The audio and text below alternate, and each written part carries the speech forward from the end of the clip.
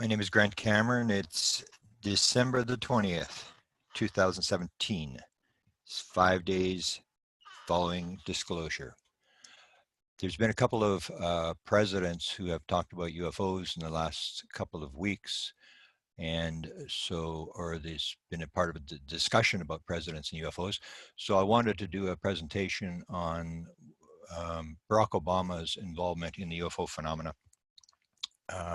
Maybe people may not know Barack Obama talked a lot about UFOs, and he may have something to do with the disclosure initiative that I believe is happening at the moment. Yesterday, December 19th, Sarah Huckabee Sanders, the press secretary for the President Trump, took a question at the White House, and she was asked whether Donald Trump believes in UFOs.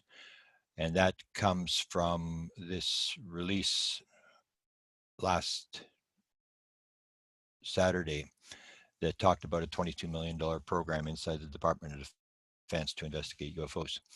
Sarah stated that she had not talked to the president about it, but that she would talk to him and she would circle back around, or she would bring the question. So that's what sort of initiated this presentation today. And we'll see what Huckabee says today in the news conference. But an interesting point on this is that Sarah's father is Mike Huckabee, the former governor of Arkansas, and he actually took a UFO question in 2007 at exactly the same time that Barack Obama took a question, which I'll be discussing in a minute. But he was asked about his view on UFOs. What did he think? And this is what Sarah Huckabee Sanders' father said about UFOs. He said, "I believe in God, not UFO." The asking of questions in the White House press room is a very rare occasion. It happened in January of 1954. It happened in 1997 when a question was asked about Bill Clinton requesting an answer to UFOs and the assassination of JFK. And then there was no question in the White House to the press secretary until May of last year. And what happened in May last year was that the New York Times, that started the latest sort of talk about UFOs last Saturday, had written a straight up piece. It was May the 10th of 2016, wrote a piece about Hillary Clinton making three statements in answer to questions from various people, stating the fact that she was going to look into the UFO phenomena and was indicating that she would make some sort of disclosure initiative if she became the president.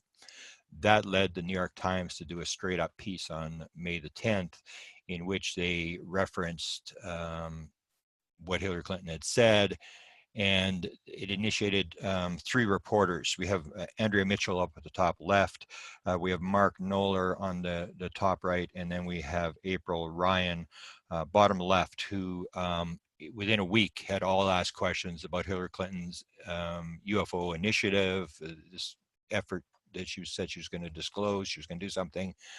And they asked President Obama's press secretary whether Barack Obama was going to beat Hillary to the punch, would the president disclose?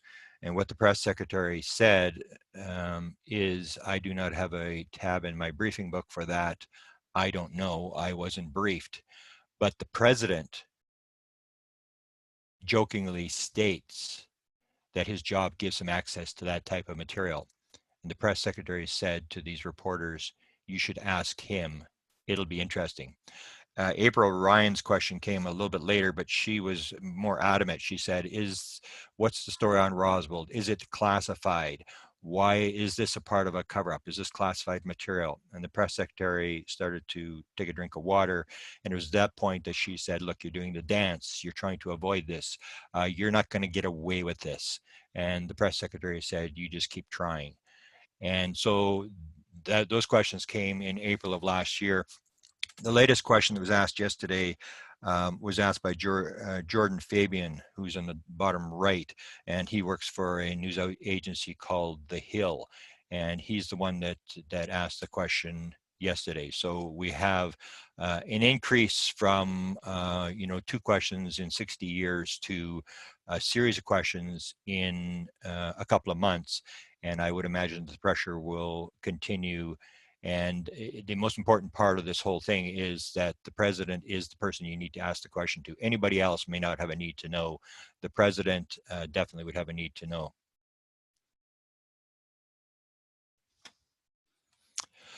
This is why the president has a need to know, and I've pointed this out in a number of lectures. He has no security clearance.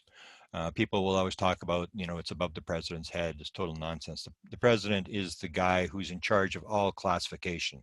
It is all security material is done through executive orders, not done through law, which means if it's done by executive order, it's an executive order from the President of the United States. And so all classification, all security is coming through the executive office of the president.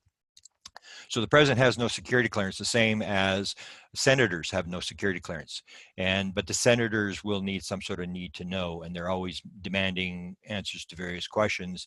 And this comes to Senator Reid, who was the guy who initiated this $22 million program for the Department of Defense, along with 3 other senators. The indication was that he did get a briefing, that he was demanding answers, and he got a briefing.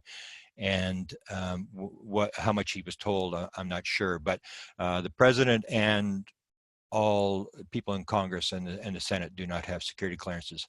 The second reason the president is the important guy to ask is he is the head of state.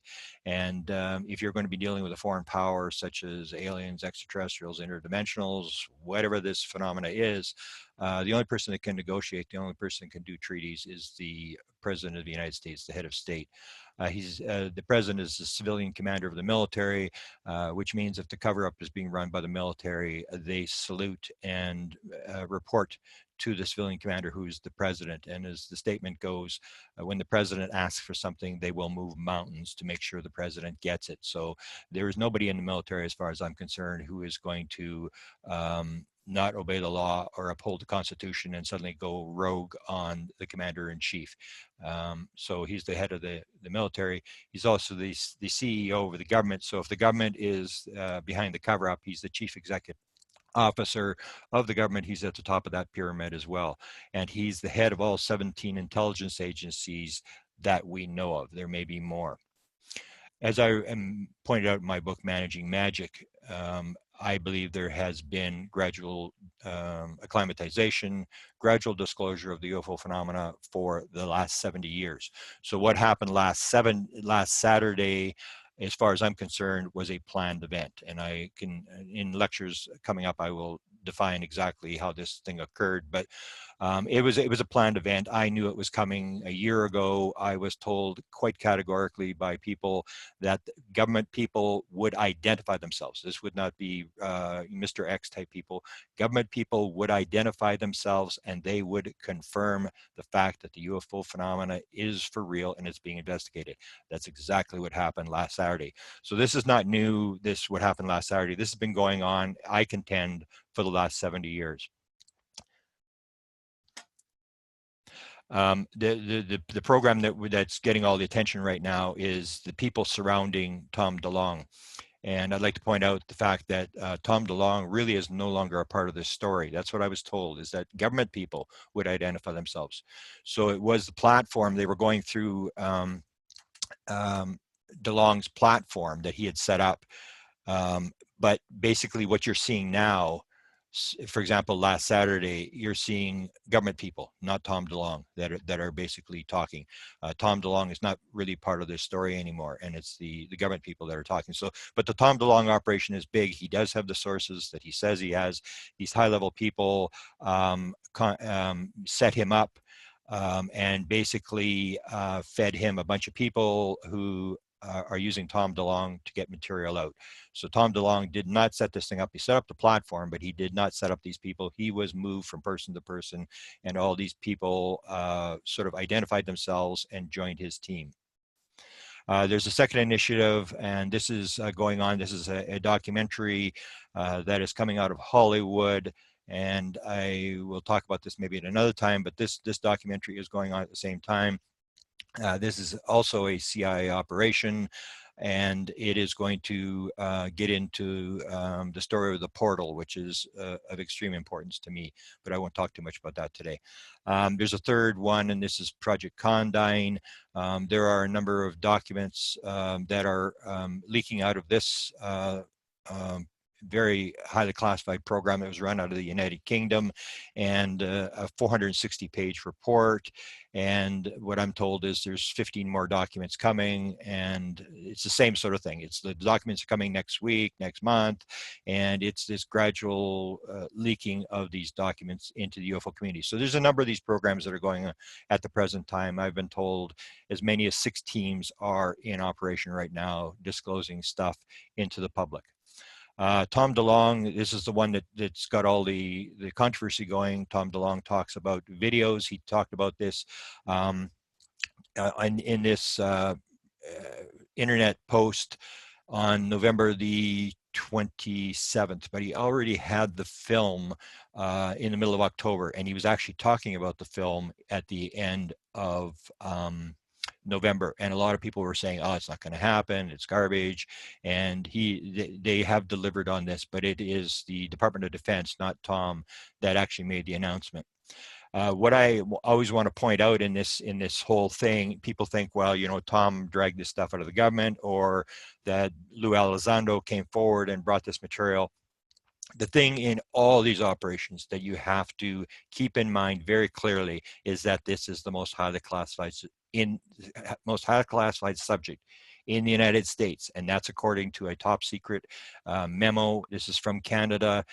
This is the Canadians were talking through discreet inquiries through the Canadian Embassy in Washington, who were able to obtain the following information. The matter is the most highly classified subject in the United States government, rated higher even than the H-bomb. And this was written in November of 1950. So it's the most highly classified subject. So when you have people coming forward with film, talking about hardware, or talking about bringing out plans out of Lockheed Skunk Works, this is a leak. This does not happen. You do not walk out of the Department of Defense with a pile of film and start releasing it. This is the most highly classified, so that's why I say all these operations, as far as I'm concerned, are controlled operations from the government to get material out. As I said, and I've pointed this out many times, I won't spend much time on this, the government is not disclosing. If they wanted to do a full disclosure, if they wanted to actually do it, they would put the president, they would put the CIA director out on the cameras, and they would provide the pictures of the crafts and the bodies, and it would all be over. So they're not disclosing. They're not covering up, because if they wanted to cover up, they would just shut up and quit talking about it. The United States of America is the only place that this happens, where you have these leaks and films and deep throats and stuff like that. And so they're not covering up. The same as the aliens are not covering up, because if the aliens wanted to cover up, they would just stop turning the lights on the crafts and stop appearing. So they're doing something in between, and what it is, it's a gradual disclosure, small d disclosure, acclimatization, what I call something in between. They're doing the plausible deniability thing. So the film gets released, but there's always this plausible deniability, even with Saturday's situation, where people are coming forward now and saying, you know, this was a setup, this wasn't true, and there's always this plausible deniability in these programs. So what I want to look at is and because this has only been going on the last couple of years, very intense for the last couple of years.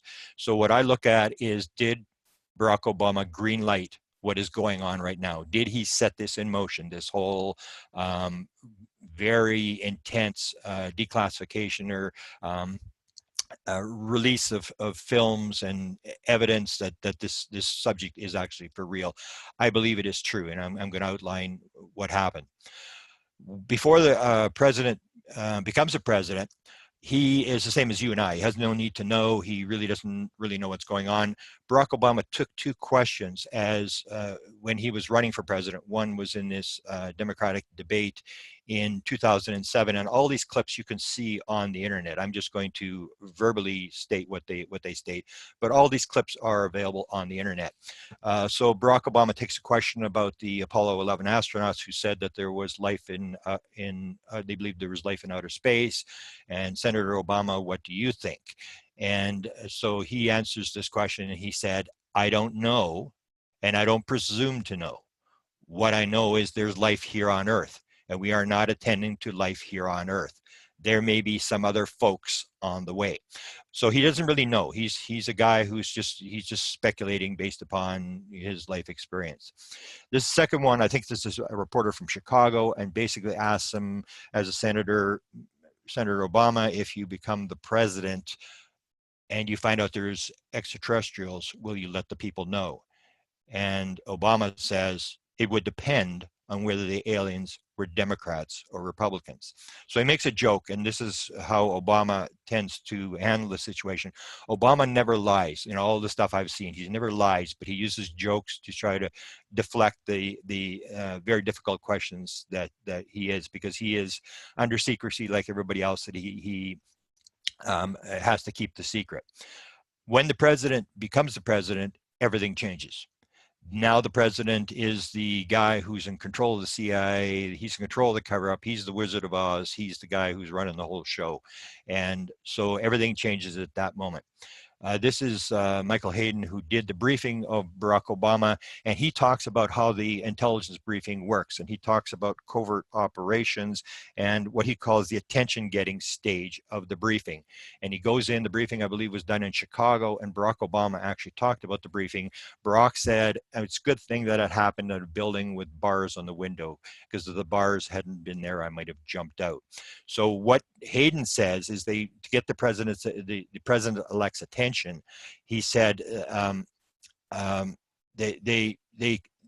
whole operation, he said, they come from the office of the president. So he goes to the president and he says, before you get elected, I want to let you know we're doing this, we're doing this, we're doing this, we're doing this, we're doing this, we're doing this. And when you put your hand on the Bible at 12 noon on the day of inauguration, unless you tell us to stop, we're still going to be doing this and this and this and this and this. And that's what he calls the attention-getting stage, where suddenly you're going to be responsible. So he said, these operations come from the office of the president and not the person of the president.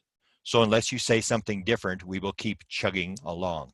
So it's the idea is these are operations that have run for many presidents, and the president can change it.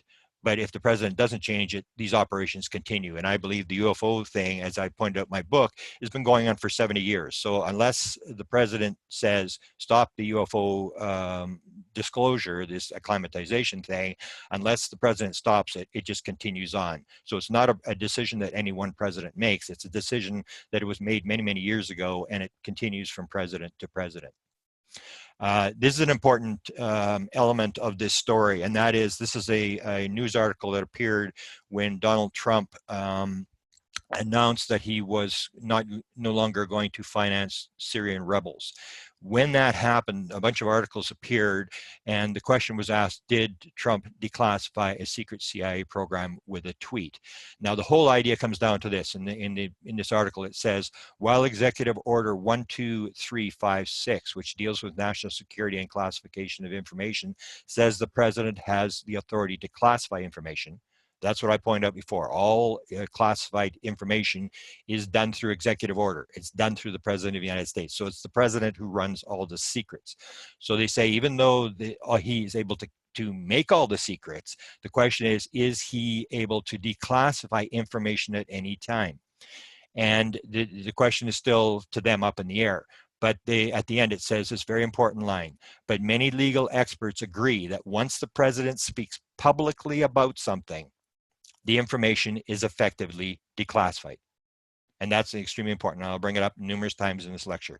When the president talks about something, most experts agree that that subject is suddenly declassified. The prime example that's always used is Jimmy Carter, when he was running for re-election, talked about the stealth fighter. And at that moment, the stealth fighter was declassified, and it was a mistake, and people were very upset that he had mentioned the stealth fighter, but it immediately declassified the stealth fighter. So the basic story of Obama getting this thing going starts in 2012. It starts in February of 2012. Barack Obama goes to Roswell, New Mexico. And the important thing about this statement that he makes is Barack Obama does not have to bring this statement up. If it's the most highly classified subject in the United States, it would be smart for the president to realize that the minute you bring up a subject, people can start asking you, well, is this for real? Like, why did you bring up this subject? Why is it in your speech? All presidential speeches are very carefully written. They go through 25 agencies. Some of them, like the State of the Union address, is written 30 times. There's all sorts of drafts that are done. Everything that the president says is very carefully measured. So when the president stands up and talks about something, he intends it to be in the speech. There's a reason it's in the speech. So Barack Obama starts talking about aliens at Roswell. And here's what he says. We landed here in Roswell. I announced to the people when I landed that I had come in peace. Now, this references a 1950 alien invasion movie, and people all laugh. And then Barack says, let me tell you, there are more 9- and 10-year-old boys around the country. When I meet them, they ask me, have you been to Roswell? And is it true what they say? And I tell them, if I told you, I would have to kill you. And so their eyes get real big and people are laughing. So he says, he stops, and then there's a hesitation, and then you can tell this is no longer in the speech. He says, we're going to keep our secrets here. So he basically confirms there is a secret, and we're going to keep our secrets about Roswell. So this starts in February of 2012. And again, many legal experts agree that once the president speaks publicly about the information, it is effectively declassified. So this may mean that he's basically opening up the Roswell subject for people to talk about. The next event happens in May of 2012. Jaden Smith, whose father was in a lot of famous movies, including The Men in Black, gets an invitation to visit the White House. And so he's going to take Jaden. Jaden is very much into all sorts of conspiracy stuff. He's into UFOs. And Jaden says to Will Smith, he said, I want to ask Barack about the aliens. And Will Smith says, no, do not embarrass me. Do not bring up the subject in front of the president. And he said, no, Dad, I want to ask. And he said, no, do not bring up the subject. So they go to the White House and they are in the Situation Room. Barack is giving the tour to the family. They're in the Situation Room, and this is where all the sort of the center of power at the White House. And at that moment, Jaden decides he's going to ask the president about UFOs, and he looks up at his father. And this is the way that Will Smith described it on BBC. And Barack is starting to talk about the Situation Room, and Jaden says, excuse me, Mr. President. And I'm like, hey, Barack, man, listen. And Barack says, don't tell me. And in perfect form, and this is why he is the president. This is what Will Smith says. He stops and looks at Jaden and said, the aliens, right? Okay, I can neither confirm nor deny the existence of extraterrestrials, but I can tell you, if there had been a top secret meeting, and if it would have been a discussion about it, it would have taken place in this room. Again, he did not have to bring this up. He knew that Jaden was going to leak this. They knew this story was going to get out, that he was talking about having a meeting in the Situation Room about UFOs, extraterrestrials. And so again, many legal experts agree that once the president speaks publicly about something, the information is effectively declassified. So again, Barack is opening this thing up. He's openly talking about UFOs. And you got to remember that this is not common. Most people think, well, every president did it. Absolutely not. If you go back to the Ford administration, Gerald Ford, before he became president, said, we should open the subject up. We should not only open it up, we should get the people who have been involved. We should put them under oath and force them to tell us what's going on. The minute he became president, in his White House, Gerald Ford never, ever uses the word UFO. Well, he's president. He does after president, before president, but when he's president, he never uses the word UFO. The same happened with Jimmy Carter. He had a UFO sighting. He said, I will release all the files to the people, except for the stuff that has to do with military and technology. When he gets to the White House, he never uses the word UFO. So the idea that the president talks about UFOs is not common. It's very uncommon, and Barack starts to do it all the time. This happens a couple of months after the Jaden thing. This is Chase Brandon, who for 10 years was the top official at the CIA to speak publicly on behalf of the CIA. He did not have to get authorization for things that he said. He was the liaison to Hollywood for the CIA. He's writing a book called the Christos Conundrum, and he says, this is important, he said it was reviewed a number of times by the CIA. The book tells the fictional account of how the CIA handled the Roswell crash. So just after Barack comes out and talks about Roswell, and this is on the 65th anniversary of Roswell, suddenly Chase Brandon goes on Coast to Coast. And you got to remember, this is all his books reviewed by the CIA. He appears in front of a couple million people, and this is what he says. Absolutely. No, I know as I sit here talking to you that there was a craft from beyond this world that crashed at Roswell, and that the military picked it up, remains not just of wreckage, but of cadavers. So he basically says Roswell was real, it was extraterrestrial, and there were bodies. And he basically walks back into the shadows. 2013. In August of 2013, the story, Brock starts to leak the story of Area 51. There's a map that's released in August of 2013 in which Area 51 appears on that map. In November of 2013, a bunch of documents are declassified from the CIA, and those documents talk about Roswell.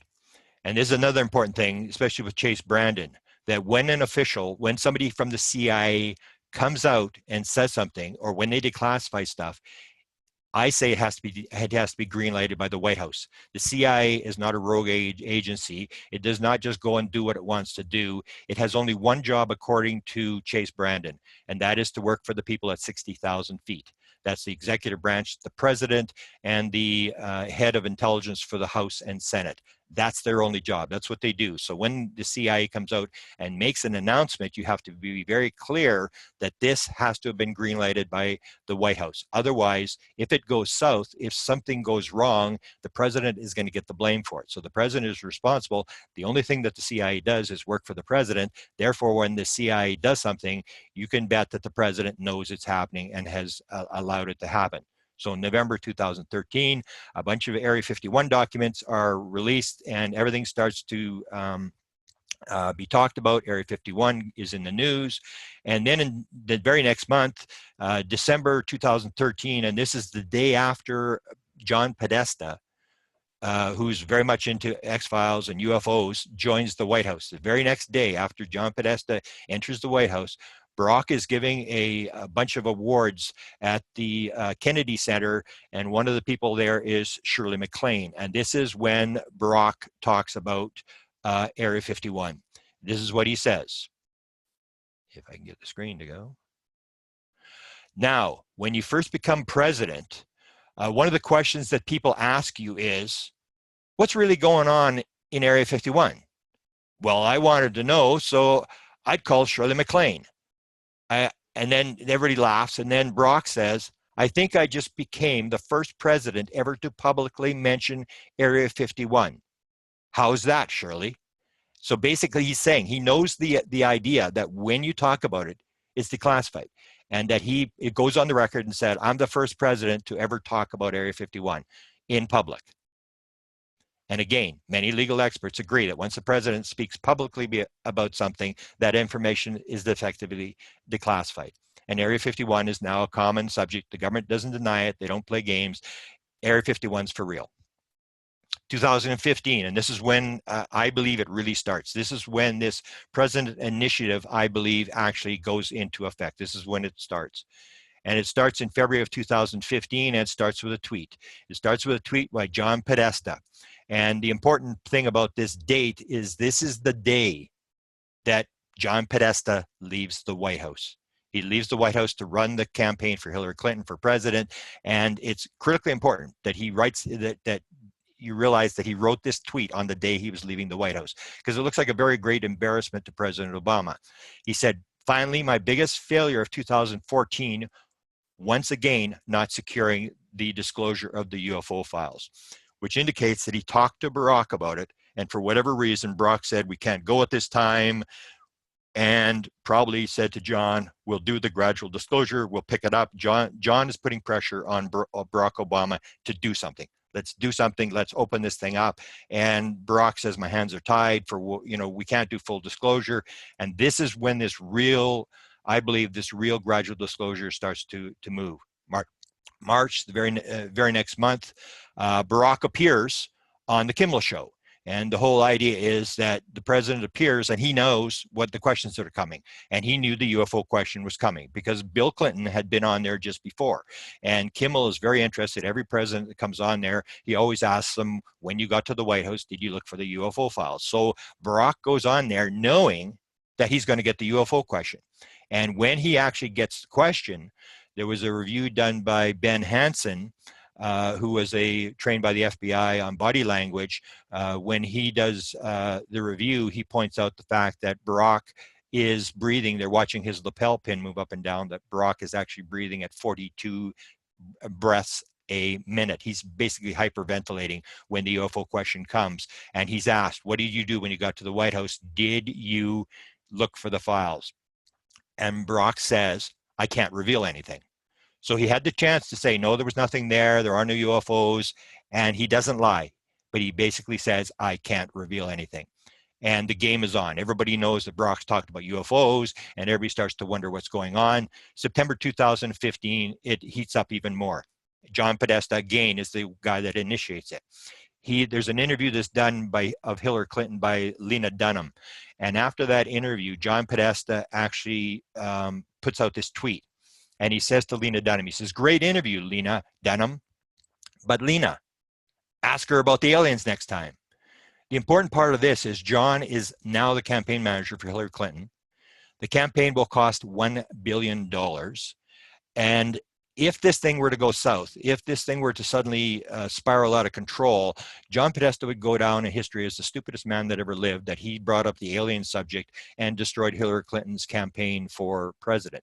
So John had to uphold this thing. He had to have known this thing was not going to go south, and he puts on the pressure. So he's basically saying, ask her about the aliens. And the whole point is that he and Hillary have agreed that they are going to push the disclosure. They are going to do a disclosure when she becomes president. They're going to move this subject into the open. And so he wants a discussion in the presidential campaign about aliens and about disclosure.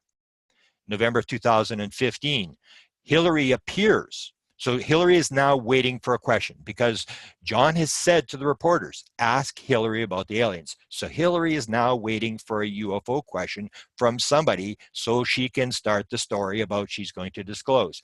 She goes on the Kimmel Show in early November 2015. She's waiting for the question and she doesn't get it. And when John Podesta's emails were leaked, there was a memo that showed clearly that Hillary was very upset that she didn't get the UFO question, that she had practiced the answer for 5 minutes and she didn't get the UFO question. So they're waiting for this. And this is the most important element that happens. At the same time, Barack Obama appears. He does an interview for GQ magazine. And I believe this is the thing that really set this thing off. Barack is asked the question about secrecy. This is what he's asked.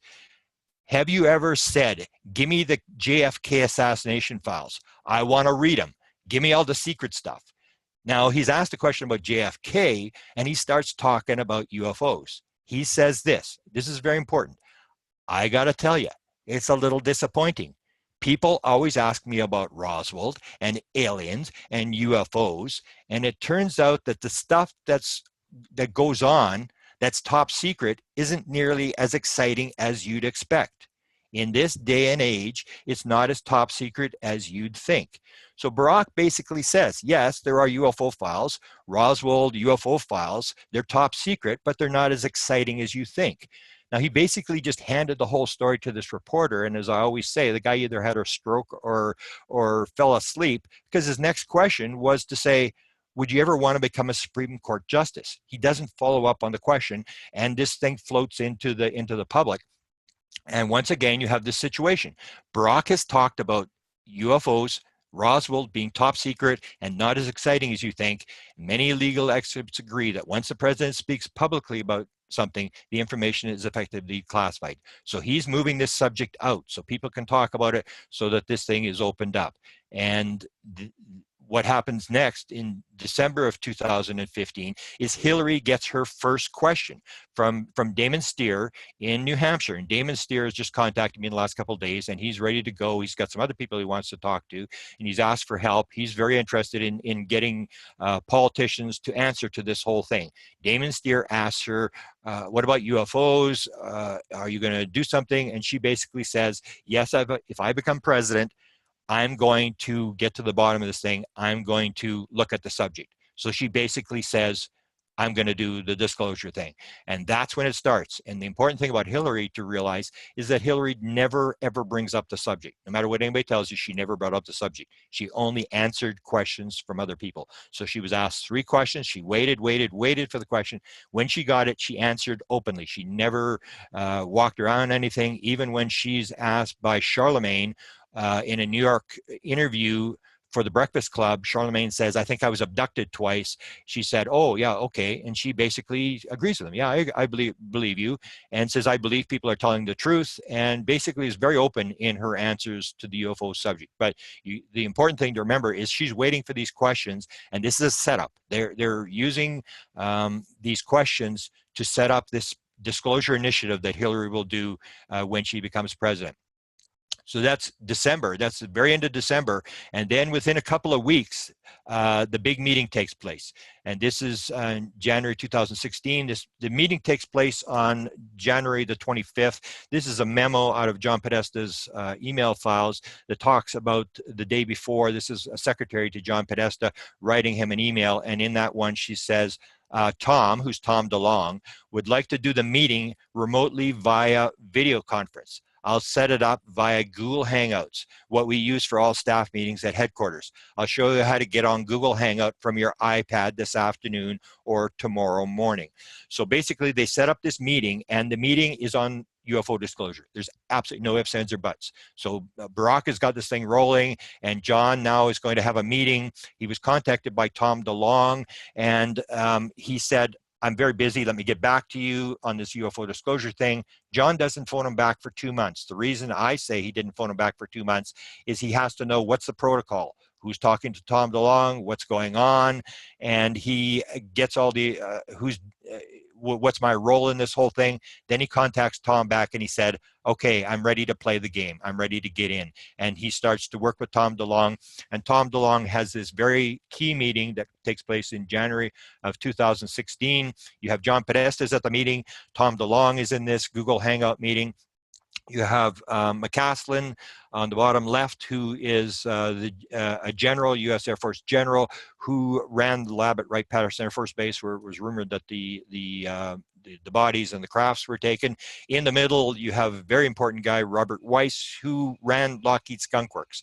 And Lockheed Skunk Works is the agency that's always been rumored to be the one that does the back engineering on UFOs. The bottom right-hand corner, you have Michael Carey, who was assistant at U.S. Air Force Space Command, and he's also a general. So you have 2 generals. You had the head of Lockheed Skunk Works, John Podesta, and Tom DeLonge in a Google Hangout meeting on January the 25th, talking about UFO disclosure and where it's going to go. And later on, there's actually an interesting thing where Weiss actually contacts Tom DeLonge and says, contact John, is there any follow-up? So John had offered to do something. John had said, we're going to do this, we're going to do that, whatever. And Weiss is actually contacting back the head of Lockheed Skunk Works to say, you know, what's going on? What are we doing? Has John got any further information? February 2016, Barack goes on to the Ellen Show. And again, this it was Ben Hansen that pointed this out, how staged this whole thing was. This is a shot where you can see little girl by the name of Macy, who's a presidential expert. She's only 6 years old. She knows everything about presidents. She gets to meet Barack, and they have cue cards. And you can see she's actually not looking at Barack when she asks the question. She's reading off a cue card that has the question for her. So this whole thing is basically staged. And what she basically asks Barack is, are aliens real? And so Barack answers this, and you can, when he answers, he's reading off a cue card as well. He's not really looking at her, he's reading off a cue card. And he said, the truth is Macy, we, and he sort of stumbles, and he sort of stumbles again, haven't really made direct contact with the aliens yet, but when we do, I will let you know. And you got to remember, this was all staged beforehand. I contacted Macy's parents on the Facebook, and they did not reply. But when you see Ben Hanson's review, it's pretty evident that this whole thing was a setup where Brock wanted to do this alien thing all over again because Macy's interested. And again, many legal experts agree that once the president speaks publicly about something, the information is effectively declassified. February 2016, we have the CIA, and again, you got to realize the CIA has only one job, and that's to work for the president and the Senate and House intelligence and the executive branch. And so when the CIA suddenly puts an article, a straight up article piece on their Twitter feed, on the front of their Twitter feed about how to investigate a UFO sighting, instead of saying we're not involved in UFOs, there are no UFOs, there's no extraterrestrials, no threat to national security, when the CIA puts this on their website, you got to think that this is planned and the president knows it's going to be on the front page of the CIA. And in 2017, as Barack is leaving the White House, 2 days before, he suddenly drops these 12 million pages of material onto the internet from the CIA. And a lot of these documents deal with UFOs and with remote viewing. So just as he leaves the door, he does it again. He drops this, these documents into the public, this acclimatization, this gradual disclosure thing. He can't fully disclose, but he's doing all this stuff in the background. This is the final one. This just happened a couple of weeks ago. Again, it's on the Kimmel show. Barack Obama appears, and he's doing sort of a little ad for funding for AIDS research. And it's on that video, which is on the internet. You can look at this video where he says the following thing. He's talking about, if you help me with the AIDS campaign, he said, this is what I'll do. He said, I'll share my files on the aliens. You know how badly he, who's referring to Jimmy Kimmel, wants to see them. I'll share my files on the aliens. And then the guy offset yells at him and says, you can't do that. And then Brock says, what, we can't do that anymore? No, you can't do that. You can't do that. And then he said, but they're right here. They're right in my desk. And the guy off screen yells, no, it's classified. You can't talk about it. Oh, okay. And so this is how they do it. This is how gradual acclimatization, this is how they move the ball down the field. And that's how on Saturday, they suddenly have a guy come forward with a bunch of film. And the question is, how does he get the film? Maybe he quit. Maybe he's quit in disgust that he was working on a UFO program and he decided he was going to leave. The thing was, how do you actually get this guy to walk out with a film? The fact that they released the film indicates this is acclimatization. This is the government. This is not Tom DeLonge. This is the government. This is maybe Barack Obama starting this, another president starting this, where this gradual acclimatization is in the program, and they've just speeded it up. And from what I'm told, you haven't seen anything yet. What happened on Saturday is just the beginning. Thank you for listening, and I'm going to do an update on the Tom DeLonge thing. I'm going to do the whole involvement of Bigelow in this operation, and it'll probably come out tomorrow. So thanks.